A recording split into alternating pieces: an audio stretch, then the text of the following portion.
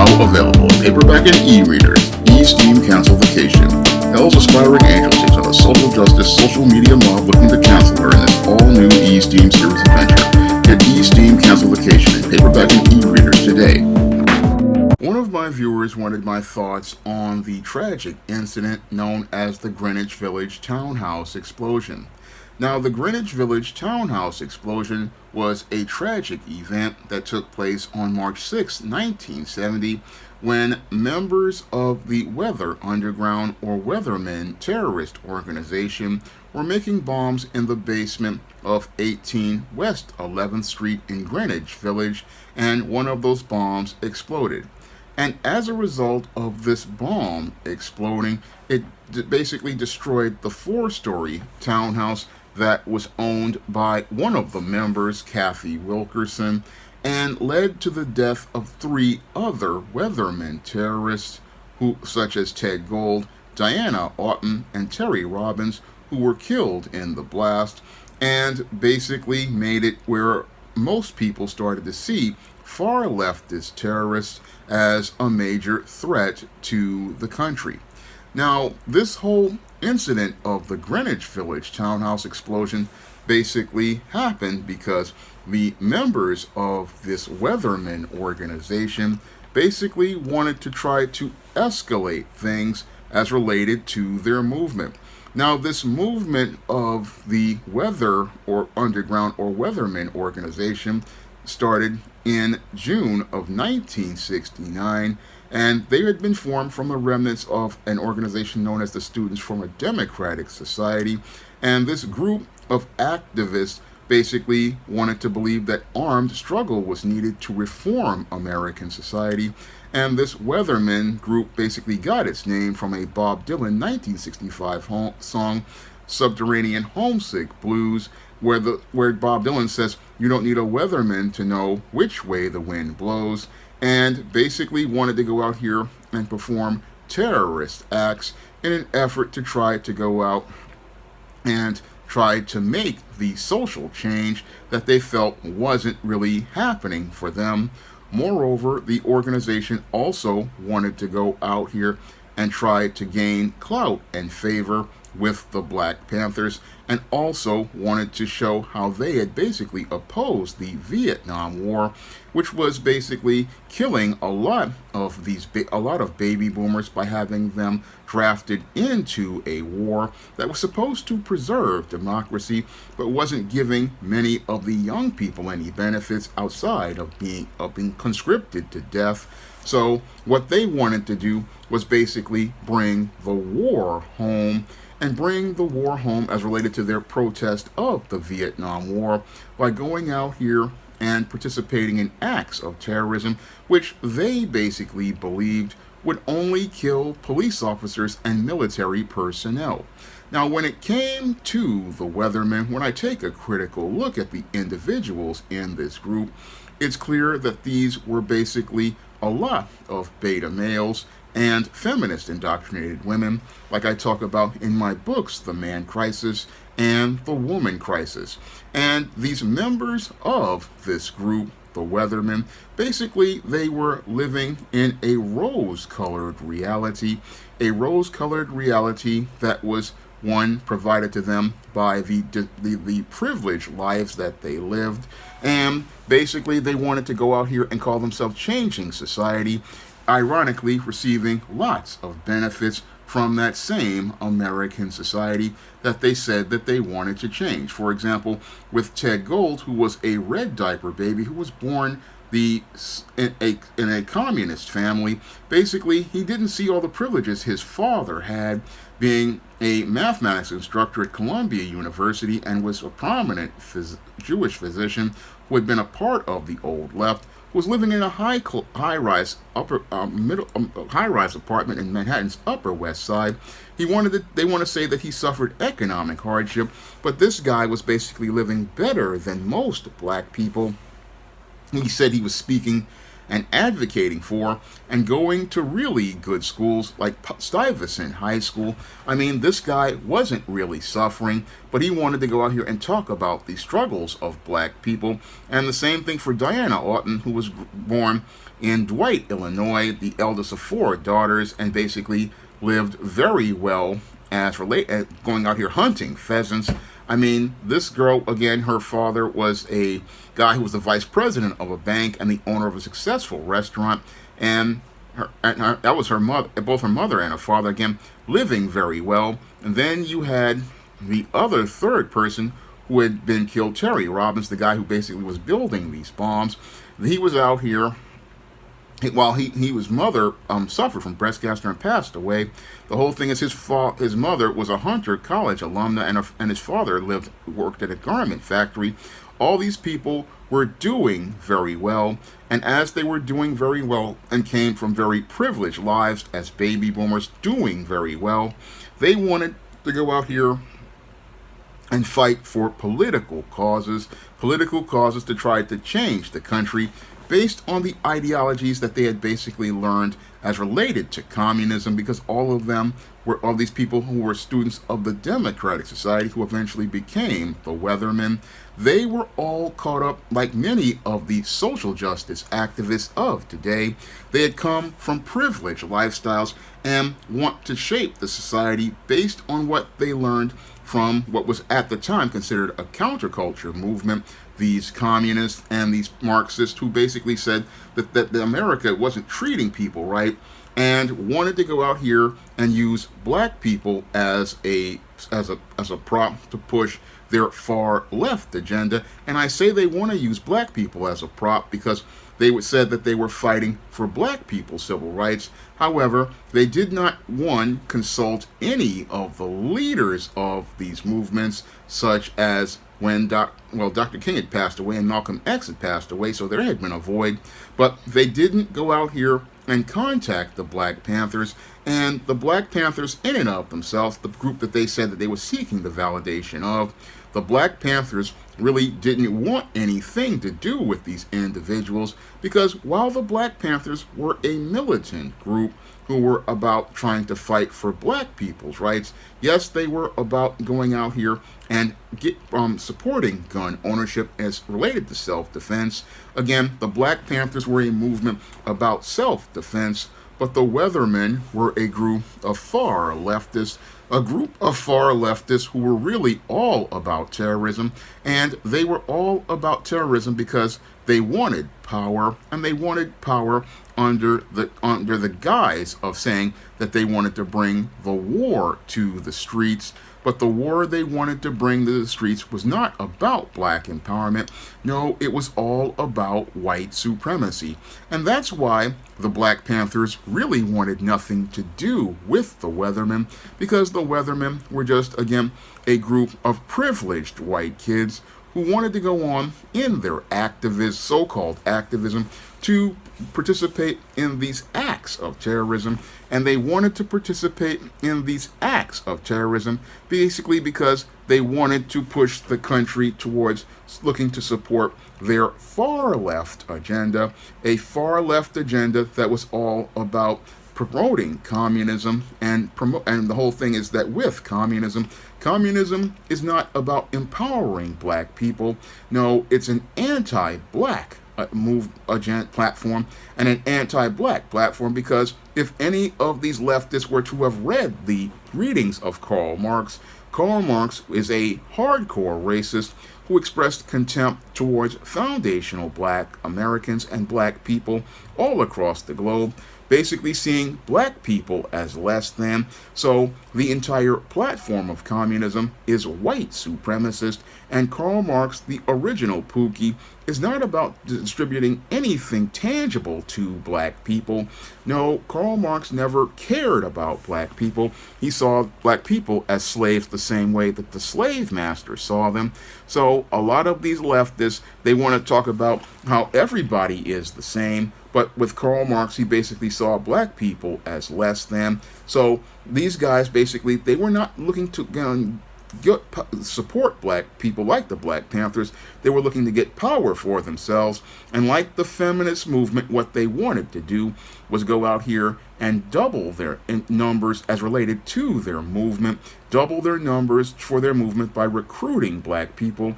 However, the Black Panthers wanted absolutely nothing to do with this terrorist organization, wanted nothing to do with these terrorists who basically were out here looking to do harm to people as related to pushing their antisocial political agenda.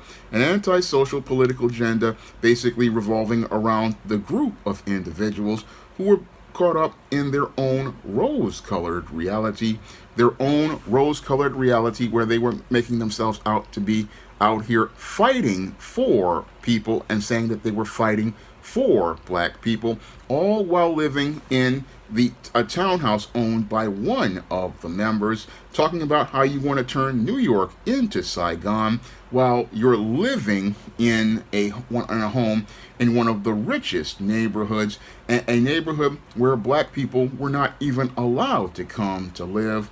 This is what's so completely backwards about these weathermen.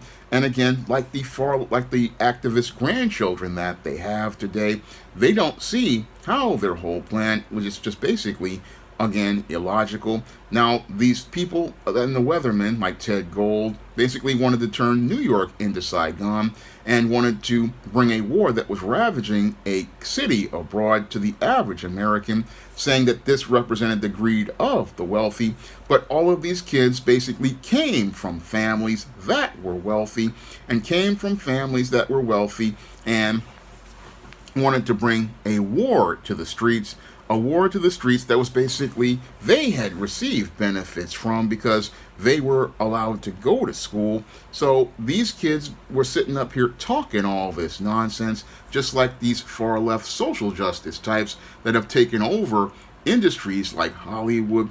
They talk about pushing agendas and again talk about representing black people, but they really again show how racist they are, because while they talk about looking to try to find allies with people like the Black Panthers, again, their movements were completely diametrically opposed to that of those organizations, and the only thing that they were doing was supporting the left side of white supremacy, because they were out here using their money to go to places like Cuba to learn about communism from another racist in that Fidel Castro and the other people over there. Again, because if you look at those countries, again, the black Cubans are dealing with the same racism that black Americans deal with, because the whole system of white supremacy is global. But the whole thing is that when it comes to this group, the Weathermen, they were completely full of it, because they wanted to, again, go out here and push this agenda, that was, again, diametrically opposed to the platform of the Black Panthers. Now, they wanted to say that they wanted to be a white fighting force supporting black liberation, and that was complete BS, because when it came to these white leftists, they were not about black liberation. No, because black liberation is not again about looking to participate in terrorism or going against the laws of the Constitution.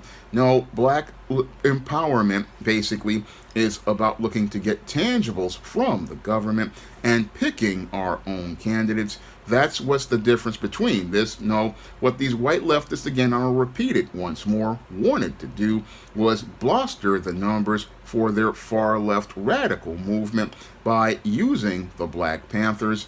But what's really ironic is that these same people, if black families wanted to move into that same neighborhood where Kathy Wilkerson, the owner of the home, was and Greenwich Village, this same person would be radical against that black family of professionals. That's what was really the thing that was that showed the truth about how racist this organization was as related to its leftism. Again, its leftism was just as anti-black, but they were seeking the validation and approval of the Black Panthers to basically, again, bluster their numbers. Now, this whole movement of individuals, they were making plans to participate in a series of terrorist acts, that were meant to take the lives of police officers and military officials and look to take their lives in a series of campaigns, that would start with a attack that was supposed to take place at an officers' dance, where they were looking to basically build this series of bombs to start with this whole event that was supposed to take place at Fort Dix. This is what they believed that they wanted to start with. They wanted to start with this incident at this place at Fort Dix. And as they were looking to start waging their campaign, they had learned how to build these bombs. And what they did, sadly, was because they were so caught up in their feelings. Again, one of these beta males, basically, his name was Terry Robbins. Terry Robbins, he was an inexperienced individual as related to building these weapons, and he was building these weapons inside of the sub-basement of the home, in Greenwich Village. And as he was building these bombs and had no really good experience as related to this whole situation, what he did was, again, looking to make plans to build to bomb the non-commissioned officers' dance at Fort Dix. He basically, he didn't know how to build these bombs, and as he was building them, he wasn't following the instructions that he had been taught, because again, with beta males, they always think that they know better than the people who are trying to teach them, and basically led to him possibly going out here and crossing the wires of one of the bombs he had been building, and this basically set off a premature detonation, and this detonation was just so devastating, it basically destroyed this 4-story home in Greenwich Village and basically disintegrated the bodies of Robbins and Diana Orton. I mean, when it came to both Terry Robbins and Diana Orton, they could barely identify their bodies. I mean, Diana Orton was only identified by a piece of her thumb as related to a fingerprint that they had from another event that took place called the Days of Rage in Chicago, where Robbins went out here and looked to bomb one of Chicago's historical monuments, and looked to bomb that monument and basically set off this dynamite bomb, because they had bought a whole bunch of dynamite to participate in terrorist campaigns. And this basically, after they got arrested for that event, and for some reason, I don't understand how these individuals got out, but I do understand they got out because of white privilege. They basically were released based on white privilege as related to that act of terrorism. And basically, after they did this, they wound up going on back to New York in Greenwich Village to continue looking to wage this campaign with this plan to bomb the non-commissioned officers' dance at Fort Dix. And as Terry Robbins was working on one of these bombs, they had a whole lot of dynamite in the basement of that home, and eventually he wound up possibly crossing the wires of that bomb he was building, and this set off the detonation that wound up exploding and destroying the home in 18th West 11th Street. And this whole bombing basically not only killed Terry Robbins and Diana Orton by blowing their bodies to pieces, it also wound up leading to the death of Ted Gold, again, who had returned from the Strand bookstore. And as he was in the stairwell, basically possibly looking to unlock the door to come into the home, he wound up getting crushed by the facade, and this blew the building to pieces and also did damage to the homes next to them, including the home of actor Dustin Hoffman.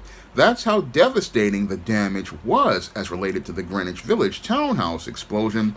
A townhouse explosion that happened because we had a whole bunch of these individuals who called themselves activists, looking to say that they were fighting for people like black people, and saying that they were fighting for to try to change America, as they were looking to change the country from capitalist to communist. But what they were really looking to do was try to grab power for themselves, and looking to grab power for themselves because it really wasn't about people for them. It was just all about the ideals that they had been taught as related to the miseducation they had received. A miseducation they had received because they believed that they could go out here and change things through terror. But the whole thing is, terrorism doesn't change anything. No, terrorism is about instilling fear in people so that another group of people can get power and control. Unfortunately, when you have terrorism, what you do is you create chaos. And again, these individuals really didn't know how the subtle politics transpired around them related to trying to get power. No, for them, it was all about them trying to push a political agenda that they didn't even know much about. And when I look at these individuals who led to the Greenwich Village Townhouse explosion, and I think about what they did 46 years ago, it really makes me think about today. It makes me think about what they call the social justice warriors, who are the grandchildren of these individuals, the grandchildren of the people of that generation, who say that they're all about fighting for diversity and inclusion. But when you look at their actions, they are passive-aggressive. Passively, they sit there and imbibe the ideas of their grandfathers who are college professors, and aggressively talk about diversity and inclusion. But when you look at their actions, it clearly shows they really aren't about any diversity and inclusion. No, you don't see any black people working anywhere outside of a bootlick here or there, and that bootlick basically isn't a person in a position of power, so they're not really about diversity and inclusion, and they're not about making everything equal. No, they're just like the far-right racists in that they talk a good game, but they're not about looking to give any black people any power. That's what these guys basically are. And when I look at these social justice warriors, and I think about the Greenwich Village Townhouse explosion, they are the same as their grandparents, and the same as their grandparents, basically promoting the same dysfunction, pushing the same dysfunctional ideologies of communism and Marxism, never ever thinking about the anti-black racism that was basically instilled in those ideologies by people like Karl Marx, who I call Pookie, because his scheme isn't really about making everything for the same for everyone, because it never really was, because Karl Marx basically lived off of people, and as he lived off of people, he basically didn't see how their greed was the only thing that was making it where he could eat. I mean, the same thing with these activists out here, and that's where I can see how their actions basically are parallel to each other in history. And basically, with the Greenwich Village Townhouse explosion, this event was just so tragic and did so much damage that it basically led to the entire Weather Underground organization losing all of its credibility, and led to the weathermen losing all credibility, and basically leading to one of the individuals who basically looked to push the extremism, John Jacobs, being who kicked out of the organization, and kicked out of the organization by one of the leaders, Terry Robbins, who thought that these acts of destruction were basically looking to push this whole thing. And again, all these individuals, what I find as related to these their extremism, is how full of shit these people are. Because after they participated in this act of terrorism, two of the members of the Weathermen organization, two of the women, wound up surviving.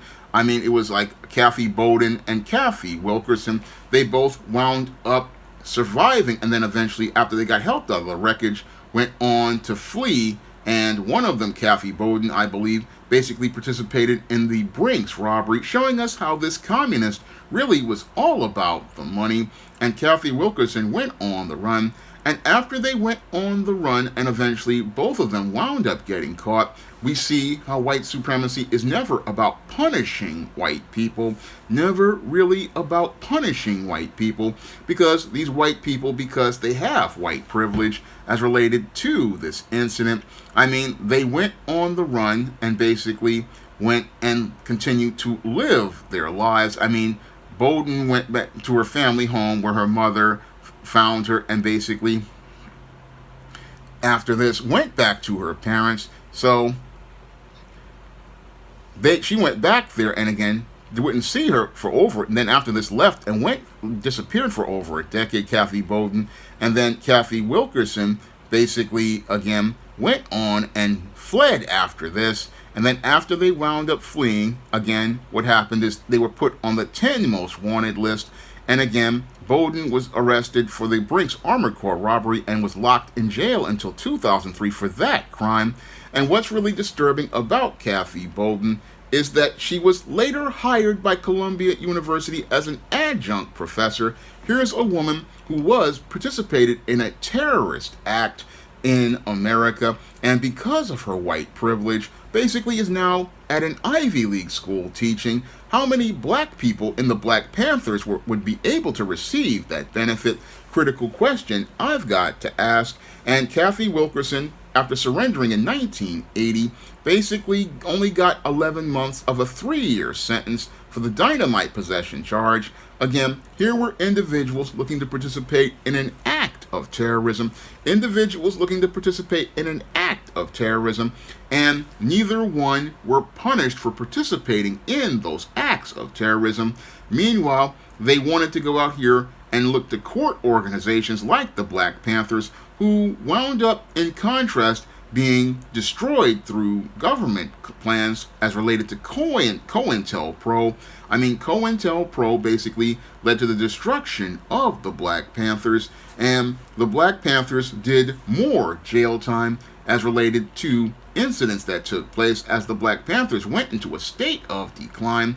Meanwhile, both of these white women, who were a part of an American terrorist organization, basically did no time for any of the crimes that they were participating in or the plans that they had to participate in. And that just shows us how the entire country of America is white supremacist and looks to protect the rights of white people, because only in America is a white person who again participated in a terrorist act and an armored car robbery allowed to work at an Ivy League school. And that's the thing that basically irks me about this whole thing.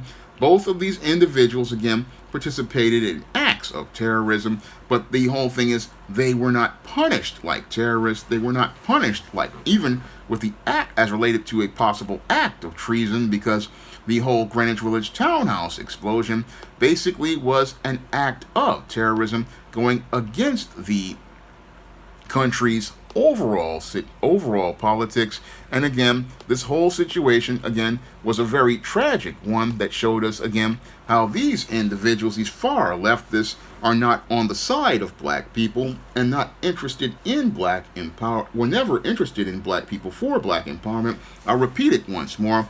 They just wanted to bolster their numbers as related to their agenda, and what they wanted to do was use black people to be the face of their movement, while they sat in the back and looked to again make black people the ones to take all of everything as related to this whole situation.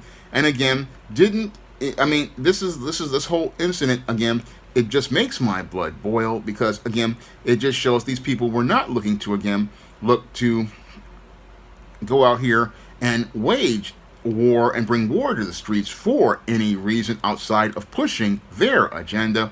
And again, did this again deliberately and showed us all what happens when you have people who are out here and they say that they're about movements. They're not really about moving for black people. They're all about moving themselves and moving their agenda. And their agenda basically was, again, all about their rose-colored reality. And this is the kind of extreme that happens when people make up plans in the secret world. They have these delusional ideas about how they're going to change the world, and change the world not for the better, but for the worse. Change it for the worse, because they're not looking to, again, help any people. Again, this is a covert contract that they're creating, basically, so that they can get more power. And thank God black people, like those in the Black Panthers, didn't get that involved with these individuals and their terrorist campaign, because it would have made life just that much harder for black people.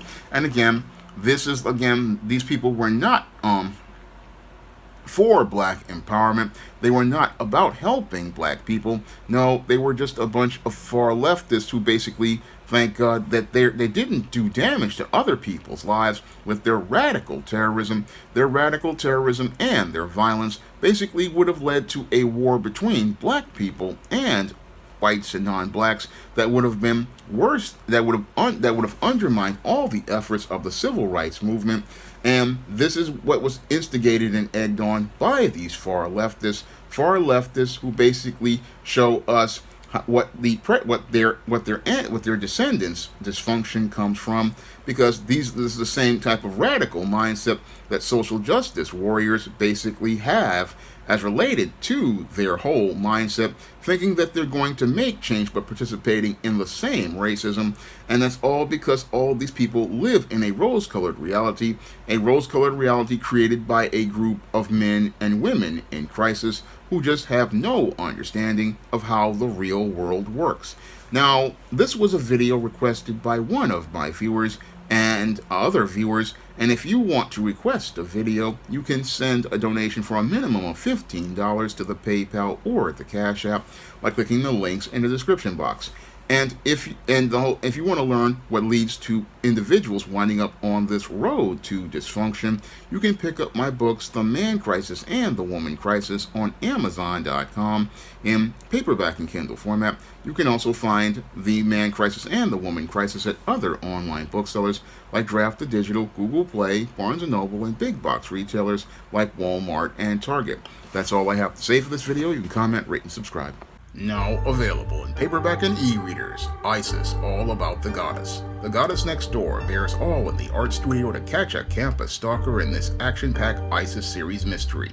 Get your copy of ISIS, All About the Goddess in paperback and e-readers at online booksellers everywhere. Support Black-owned and Black-operated digital broadcast media. www.niceradionetwork.com. Nice Radio Network, broadcasting 24 hours a day, 7 days a week.